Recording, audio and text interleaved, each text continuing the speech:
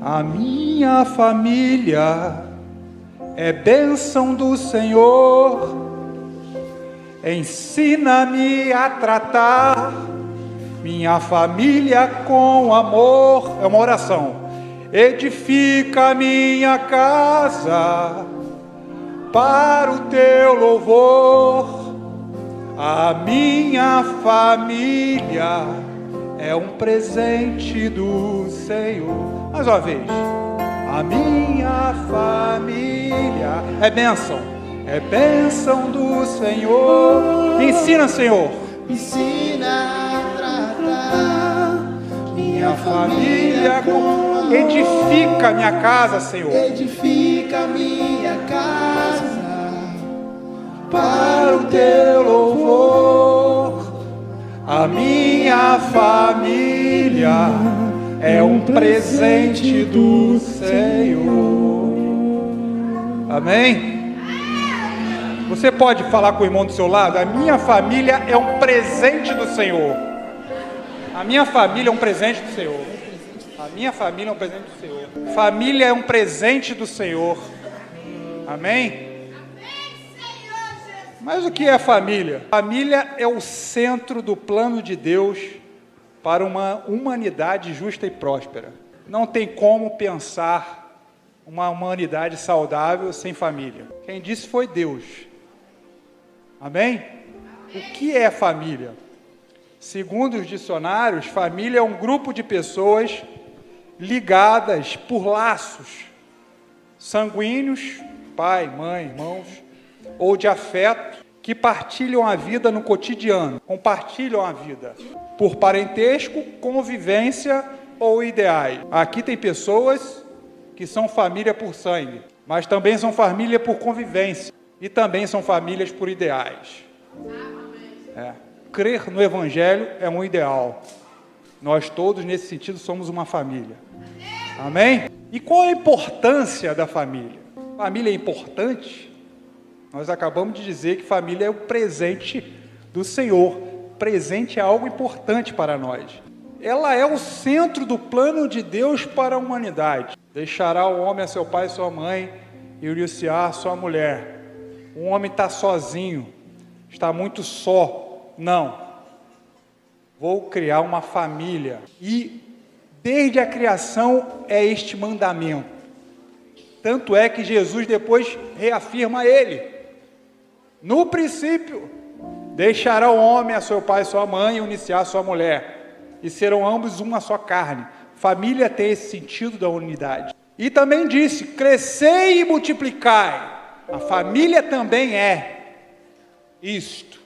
O diabo vem a matar, roubar e destruir. Isso é totalmente o oposto de crescer e multiplicar. Aí a gente vê que família é algo de Deus, porque o diabo se contrapõe a isso, ele quer destruir a família. Família é a educação dos filhos, instrui o menino no caminho que deve andar, e até quando envelhecer não se desviará dele. Não precisa a gente nem abrir essa escritura que os irmãos já conhecem bastante. Então, cada aspecto da vida familiar, irmãos, é uma indústria que molda o futuro. O futuro depende de como eu estou vivendo na minha família. E volto a dizer, não só a família que coabita. Eu moro na rua Belém, número 10. Tem uma família que coabita comigo, que é a mais próxima. Minha esposa e meus 2 filhos. Mas, terça, quinta, sábado, domingo, eu estou aqui com os irmãos. Nós coabitamos esta casa e também somos família. E a gente está aqui produzindo o futuro. Olha a responsabilidade que a família tem. Por isso que ela é o centro do plano de Deus. Eu coloquei família na pesquisa do aplicativo de Bíblia, irmão Benésio. O resultado são milhares, Deus falando com família. As famílias da terra, benditas famílias da terra, fala com Abraão, em ti serão benditas famílias da terra. Muito versículo, muita palavra de Deus destinada à família e colocando ela num pedestal de importância. Não à toa que hoje é o sábado da família. Isso é sinal que Deus quer algo, e a gente sabe que o crescimento vem da família. Amém? Então, família não é apenas a unidade civil do casamento, mas é uma comunidade de fé também, onde o amor, a instrução e a adoração a Deus são passados de geração a geração. Hoje nós temos a internet, a tecnologia, mas pensem os irmãos, há milhares de anos atrás, que não havia como guardar as coisas. Não havia nem escrita, nem papel existia. O papel foi existir nos papiros dos egípcios, mesopotâmios. Quem é que guardava tudo? Eram as famílias. Pai para o filho, o avô para o neto. As histórias que a gente ouve de Adão, que foram reveladas, foram transmitidas de pai para filho, de filho para o neto, e assim por diante. Então ela é como a central, a menor partícula da igreja é a sua família, porque nós somos membros em particular. Mas e o organismo que funciona, que leva o evangelho, primeiro dentro da nossa casa, inclusive é um requisito para o ministro, não é este? Governar bem a própria casa, porque ali começa o treinamento de tudo. É ali que eu devo funcionar bem. Estou agora me referindo ao núcleo familiar mesmo, de cada um de nós. E é por isso que a destruição da humanidade começa na destruição das famílias. Por isso que a guerra atual, nossa, uma delas, grande, é tentar minimizar essas destruições que a gente vê no dia a dia. Esses dias, colocaram um formulário para preenchimento, dizendo que era obrigatório. E de fato era. Qual que era obrigatório? Eu vou falar porque eu tenho liberdade religiosa para falar isso. Estou garantido pela lei.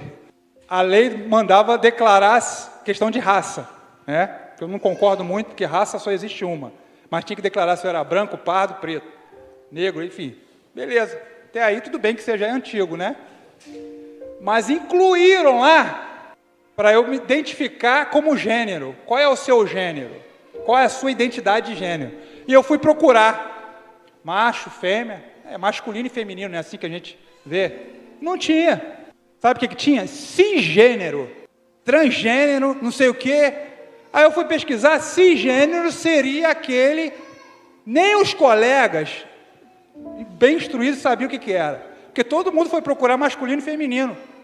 Mas suprimiram isso e colocaram um lá que, segundo eles, significa que você se identifica com o sexo que anotaram na sua certidão. Querem suprimir macho e fêmea. Querem botar tudo num bolo só. Eu falei, não vou preencher isso aqui não, porque eu não me identifico com o que me colocaram na certidão. Se tivesse errado lá e colocado fêmea, eu não seria fêmea, porque eu sou macho. Não me identifico com o que colocaram na certidão. Eu sou o que eu sou. Não é o que dizem que eu sou. Nem o que minha certidão diz que eu sou. Certidão é um mero papel. Ainda bem que tinha opção não quero declarar. Não quero declarar. Direito meu. Para os irmãos, isso é um parênteses. Para os irmãos ver o subterfúgio. Uma coisa, mas não tem nada a ver. Eu ouvi de colegas crentes, inclusive.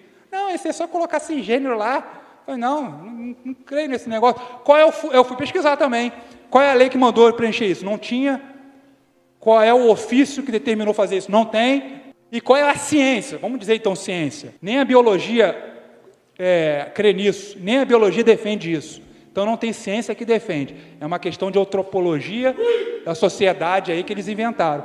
Olha só, o fim disso é destruir a família tradicional. Eu não vejo outro. Você está sendo extremista? Esse é irmão desse, como diz a nossa vovó. Esse é irmão desse. Tem que ser muito, abre aspas, trouxa, para não perceber que querem suprimir um lado e outro. Macho e fêmea os criou. E a família está baseada nisso. Não estou dizendo que, claro, tem família monoparental, que às vezes morre a mãe e fica só o pai. Mas ele sabe a dificuldade que é. E a mãe também que cria o filho sozinho sabe a dificuldade que é. A falta, né, da figura do homem e da mulher, porque ambos se completam. Então isso que o diabo vem a matar e destruir, irmãos. Ele quer destruir a sociedade E nossos jovens, nossas crianças são as principais vítimas de separações, divórcios, não é verdade? E por isso que Deus está nos chamando para ser uma bandeira de investimento nas nossas famílias, para que a gente influencie também outras famílias. Amém? Mas, como estava lá no banner, e a salvação da minha família? Quais são os passos para a gente levar a salvação tanto à minha família, manter a salvação da minha família? Porque não é só levar, tem uma continuidade. Quem crê e for batizado será salvo, sim. Mas a consistência, o dia a dia, o cotidiano, aqui, o primeiro passo é crer sem duvidar. Crer sem duvidar. Parece até uma redundância, né? Redundância é dizer exagerado. Porque alguém pode dizer, mas não tem como crer sem duvidar. Ou crê ou duvida. Mas eu fiz questão de deixar isso, e as Escrituras têm alguns pontos que ela faz questão de enfatizar bem, que às vezes tem um crer de boca para fora, não tem isso? Só crer de boca para fora. Ou então crê, mas tem uma ponta. Tomé cria em Jesus? Cria em Jesus. Mas não era uma crença completa. Ele cria em Jesus. Era um discípulo. Por isso que eu fiz questão. Crer sem duvidar. E vamos ver exemplos sobre essa crença sem duvidar que salvou famílias. Ali no fundo ali dá para ver uma imagem, né? Aquela imagem ali, os irmãos, remete a alguma coisa? A Arca de Noé. Ali ela está sendo construída. Hoje em dia, mundo afora, vários fizeram réplicas dela. Então vamos ler aqui, irmãos, um pouco. Gênesis 6, 13. Gênesis 13, 14. Gênesis 6, 13, 14. Gênesis 6, 18 e 22. Diz assim: então disse Deus a Noé: o fim de toda a carne é vindo perante a minha face, porque a terra está cheia de violência, e eis que os desfarei com a terra. Isso acontece nos dias de hoje? A terra está cheia de violência? Atual isso aqui, né? Não é antigo. Foi escrito há muitos anos e parece que continua mesmo. 14. Faze para ti uma arca de madeira. Deus dizendo a Noé, né? Faze para ti uma arca de madeira de gofé, e farás compartimentos, e a betumarás por dentro e por fora com betume. Versículo 18, ele vem dizendo, né, nos outros versículos, sobre os compartimentos, sobre o que ele ia fazer, as medidas e tal, e no 18 ele fala assim para Noé: contigo estabelecerei o meu pacto, e entrarás na arca tu e os teus filhos, e a tua mulher, e as mulheres de teus filhos. Note que Deus não falou só para Noé: Noé, vou te colocar só você aí na arca. Não. Tu e teus filhos e a tua mulher e as mulheres de teus filhos contigo. O plano de Deus de salvação da família aqui. Não é questão de procriação, simplesmente porque Noé já tinha filhos. Então ele podia salvar só os filhos de Noé, para continuar procriando? Não. Aqui tem uma conservação. Ele fala, tu, teus filhos, tua mulher e as mulheres de teus filhos. Então, toda a família de Noé estava dependendo do que aqui agora? Que Noé cresce. A salvação da família de Noé estava dependendo exclusivamente que Noé cresce. Porque se Noé não crer, a família dele também ia morrer. E 22. Assim fez Noé, conforme tudo que Deus lhe mandou, assim o fez. Então Noé creu. Noé creu. Assim fez Noé. Não tem relatos que ele perguntou, indagou, questionou, duvidou, porque é algo pesado, não é, irmãos? É pesado. Se Deus aparecer para o Senhor e dizer, ó, eu vou destruir toda a terra com um dilúvio. Constrói uma arca. Dá vontade de questionar, não dá? Não é natural? Meio que natural do homem? Essa cabeça questionadora, a nossa cabeça que põe em dúvida, em xeque tudo. Não. E assim fez Noé. Em Hebreus 11, 24, não precisa nem colocar na tela, pode voltar ao slide. Eu vou citar alguns versículos de passagem, tá, pessoal do slide. Em Hebreus 11, 24 diz: pela fé, Noé construiu uma grande embarcação para salvar sua família do dilúvio. Aqui, o escritor aos Hebreus, complementando esse versículo de Gênesis, que só falou assim, e assim fez Noé. Só falou isso. Mas o Hebreus vem esclarecer um pouco mais. Pela fé. Pela fé. O irmão Abraão acabou de cantar aqui sobre a fé. E o irmão Joel depois trouxe o conceito de fé. Ele creu. Pela fé construiu uma grande embarcação. E não foi egoísta. Ele poderia também, se uma grande embarcação vai ser muito grande, só vai fazer um barquinho de 10 por 10 para salvar eu e minha família. Os animais, deixa morrer tudo. Para quê? Cachorro, gato, papagaio, né? Não. Faz uma grande embarcação, porque eu quero salvar a minha criação. Apesar dos pesares, de eu ter motivos para extinguir tudo, porque Deus é soberano. Mas pela fé, Noé construiu uma grande embarcação para salvar sua família. Noé construiu uma grande embarcação para salvar a si mesmo. Somente a ele e os outros que se lasquem. Né, irmão Santiago? Tudo que você faz na sua casa é para o bem da sua família, não é? Não é para mim, não é para a mulher, é para a família. E o homem vai entrar em 100 anos de construção de uma grande embarcação para salvar a sua. Essa era a finalidade.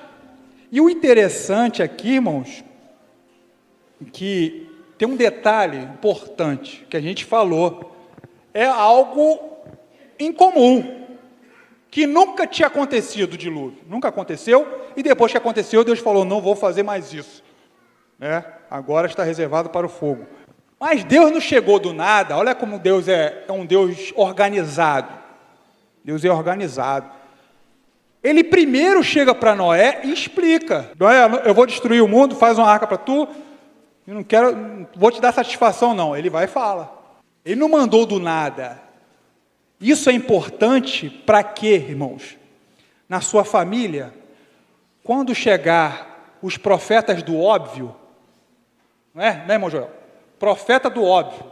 Eis que a sua família vai receber uma bênção semana que vem. Claro que vai receber, todo dia eu estou recebendo bênção semana que vem, hoje, amanhã.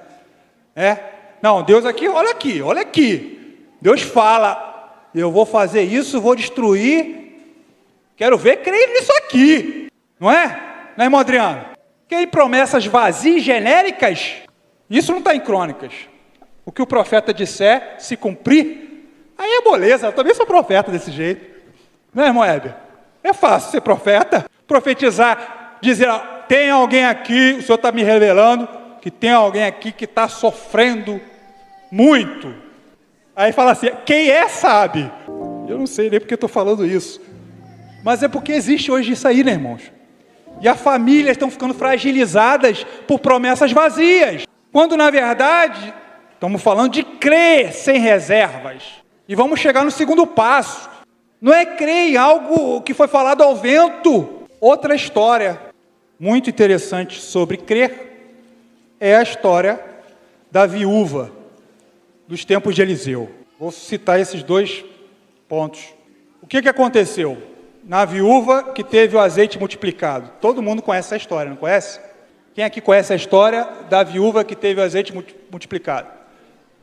O marido dela era profeta, correto? Era um profeta.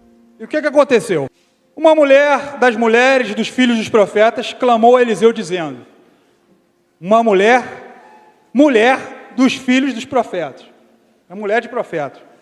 Meu marido, teu servo, o marido dela era servo de Eliseu. Meu marido, teu servo, morreu. E tu sabes que o teu servo temia o Senhor. E veio o credor a levar-me os meus 2 filhos para serem servos. Provavelmente, o marido tinha uma dívida. 2 Reis 4. Isso aí. O marido dela tinha uma dívida, porque se veio o credor, é porque havia uma pendência.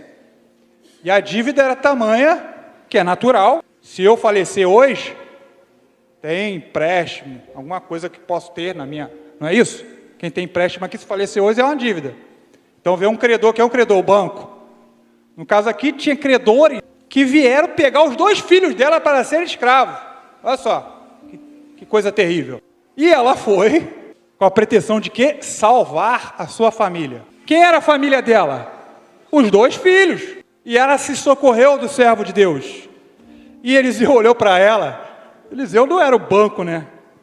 Não era dono de banco para dar um pior para ela. Ele falou, o que eu vou fazer por você? Eu sou um profeta. O que te hei de fazer? Aí ele falou, ele até entrou como um conselheiro financeiro. Declara-me o que tens em casa. Vamos analisar aí o que ela tem para pagar essa dívida. Vamos ver se ela tem uma Smart TV, tem um iPhone, tem um carro na garagem, porque o credor está vindo aí. E ela disse, tua serva não tem nada em casa, senão uma botija de azeite. A única coisa que ela tinha. O azeite hoje está R$50, né? Aquele vidrinho de misericórdia, de 300 ml, R$50. E olhe lá, né? Como é que é? Tem 3 gotinhas ali? 2 gotinhas. Se for 3 gotinhas, dá uns 80. Naquela época também era bem caro. E ela falou, mas ela só tinha uma botija de azeite. E Eliseu disse para ela, eu estou falando com as minhas palavras, dentro do que está escrito, vai, pede para ti vasos emprestados. Nem vasos ela tinha. Ela só tinha uma botija. Pede emprestados vasos aos seus vizinhos.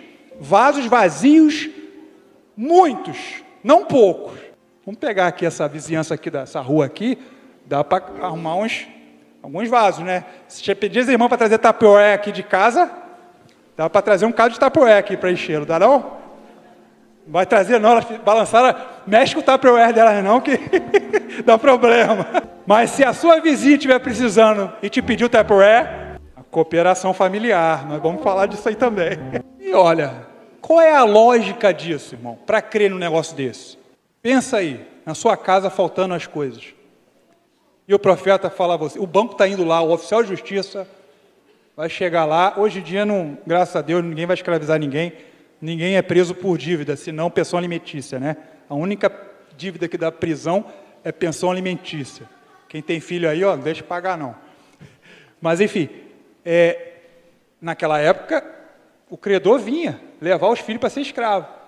Aí chega um profeta na sua casa e diz para você, você tem um pouquinho de azeite? Ou então, vamos lá, tem um cofre com R$50, o valor do azeite hoje. Tem um cofre com R$50 em moeda. Manda pegar 30 cofres. É fácil crer num negócio desse? Não é. Não tem lógica física. Mas isso, olha o peso de uma profecia real, que vai testar a sua fé. Então não espere, irmãos, que Deus vai falar o que você quer ouvir para a sua família. Não. Ele vai falar o que a sua família precisa ouvir. E o que vai salvar a sua família. E é o que a gente ouve quando há uma palavra verdadeiramente inspirada. Muitas vezes palavras até pesadas. Muitas vezes palavras questionáveis, que a gente não entende. Muitas vezes soa até como uma ameaça. Não é verdade? Deus, se fizer isso, vai ter isso. Ah, Deus terrorista. Deus terrorista, Deus é soberano. Ele fala o que ele quiser. Não tem conversa. O que ele falou para Jonas? Vai a Nínive, prega. Jonas, não tem muito. Aí questionou, né? Questionou. Creu, mas questionou. Ele queria que Deus é Deus? Claro. Profeta? Não, tem gente lá, usa outro lá. Não, eu quero que você vá. Então, irmãos, Deus colocou você como profeta na sua casa, para salvar a sua casa, salvar a sua família, salvar o seu filho, salvar o seu marido, e um salvando o outro, por meio da fé. Crer. E ela creu e confiou na provisão de Deus. E o que aconteceu? Os vasos foram cheios de azeite. Os R$50 viraram R$20.000. Deu para pagar a dívida de R$1.000 e deu para ele salário para 1 ano, não sei quanto tempo.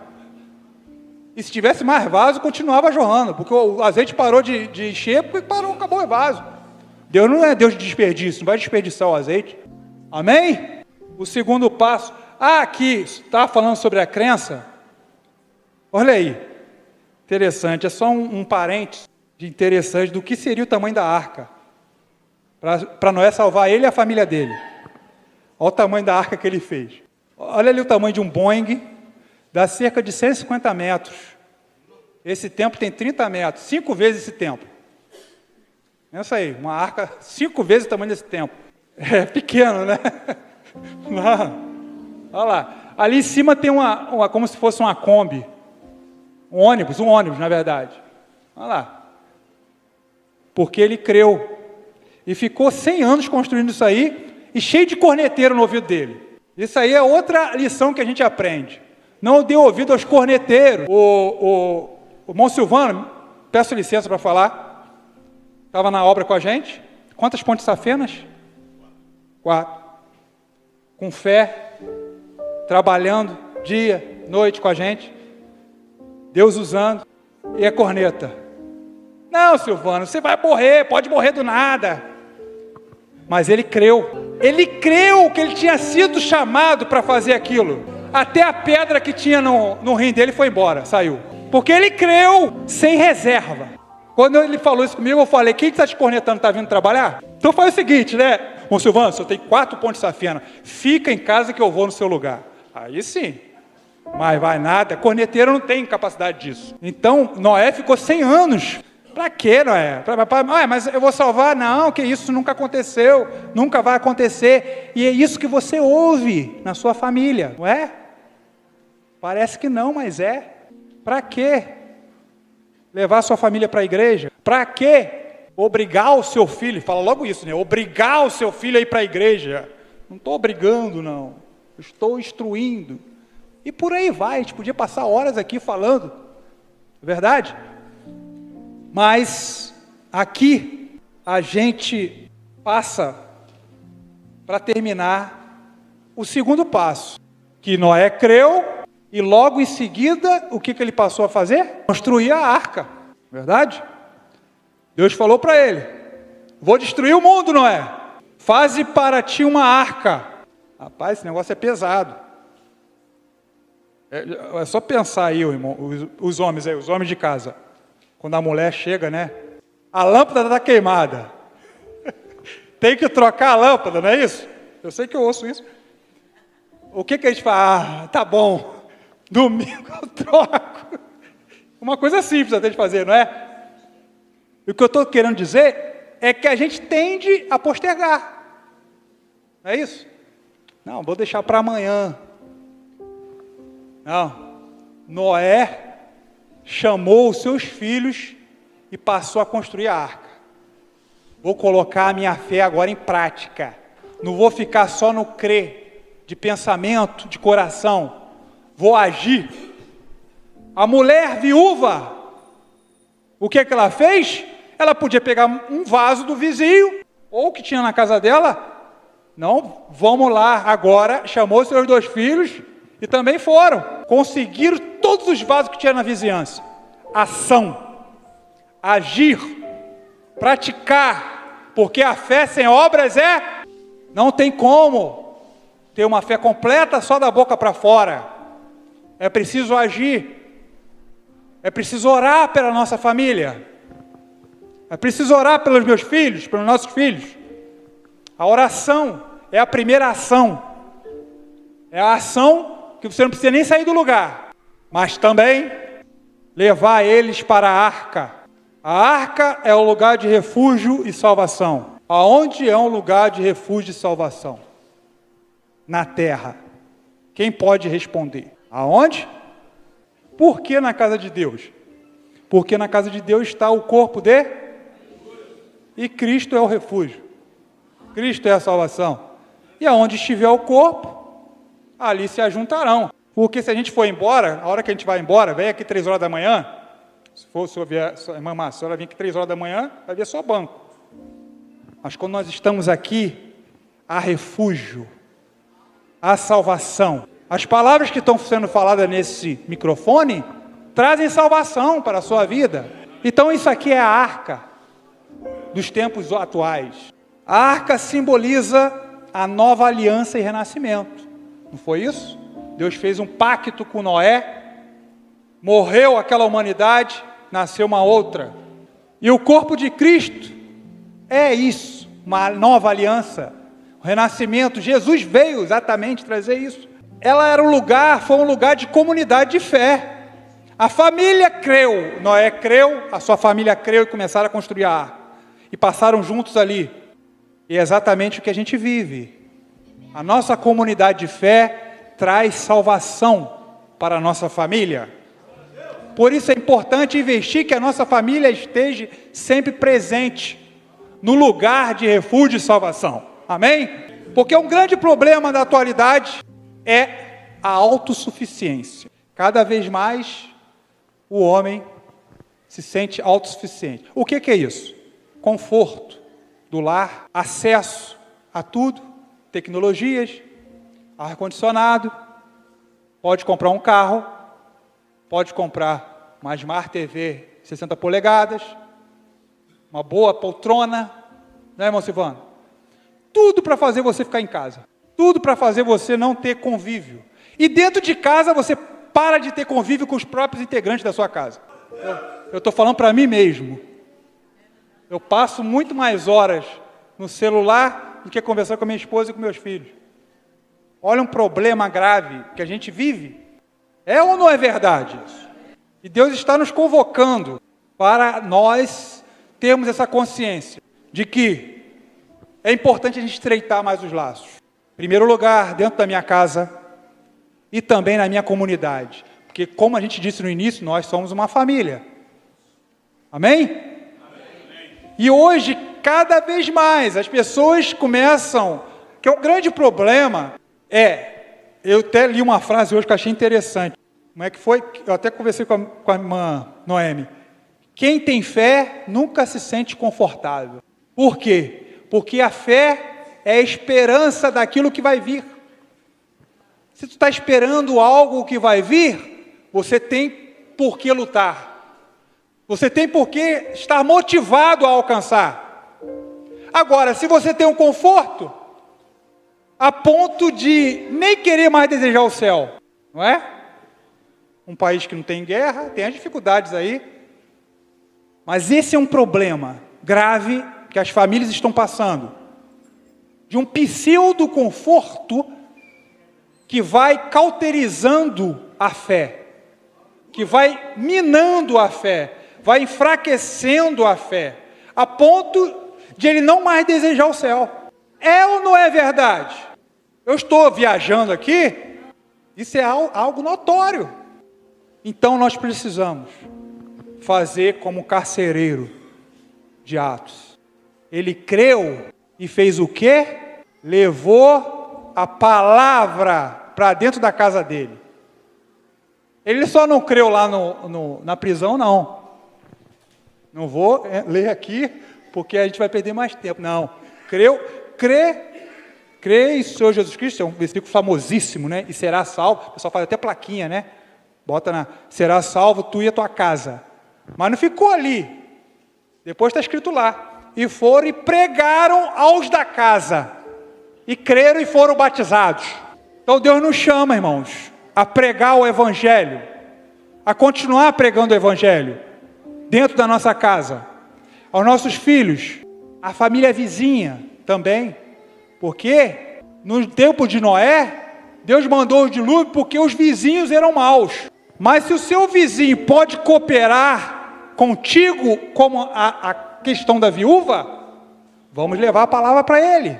Porque quanto mais famílias saudáveis tivermos, melhor é para nós. É muito melhor ter alguém do seu lado tocando uma música gospel do que tocando um pum, tum, batidão lá. Não é melhor?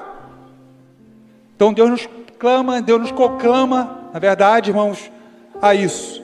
E o resultado é esse aí: salvação e providência, provisão divina.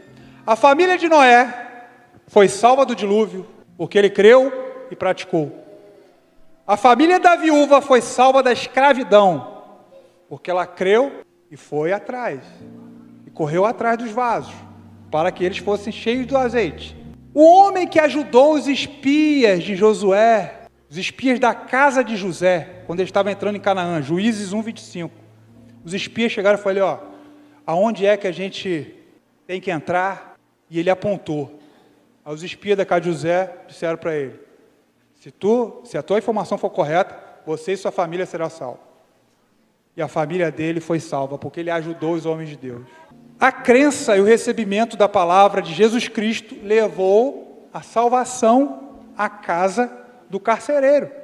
Então nós temos a arca, nós temos a cooperação, no caso da viúva, nós temos a ajuda aos espias da casa de José, e nós temos o recebimento da palavra do Evangelho. Essas coisas trazem a salvação para a nossa família.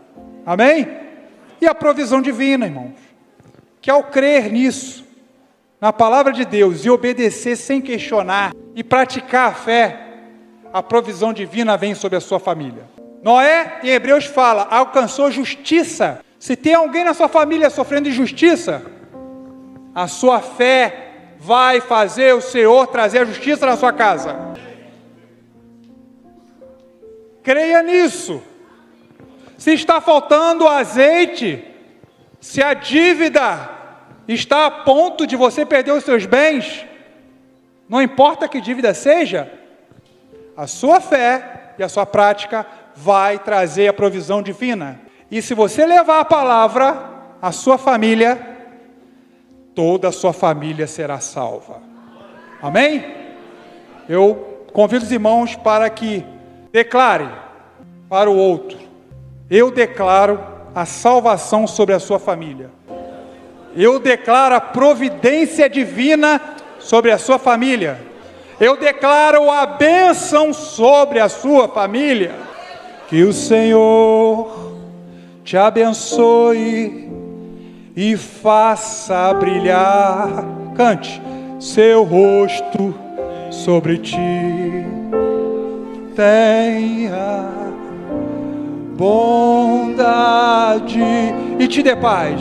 E te dê paz. Que a bênção, que a bênção, que a bênção se derrame até 1000 gerações, irmão Joel, a família e os teus filhos e os filhos dos teus filhos, que a bênção se derrame até 1000 gerações, que a família e os teus filhos e os filhos do teu filho, sua presença te acompanhe por detrás, por diante, do teu lado, em ti, é contigo, é por ti.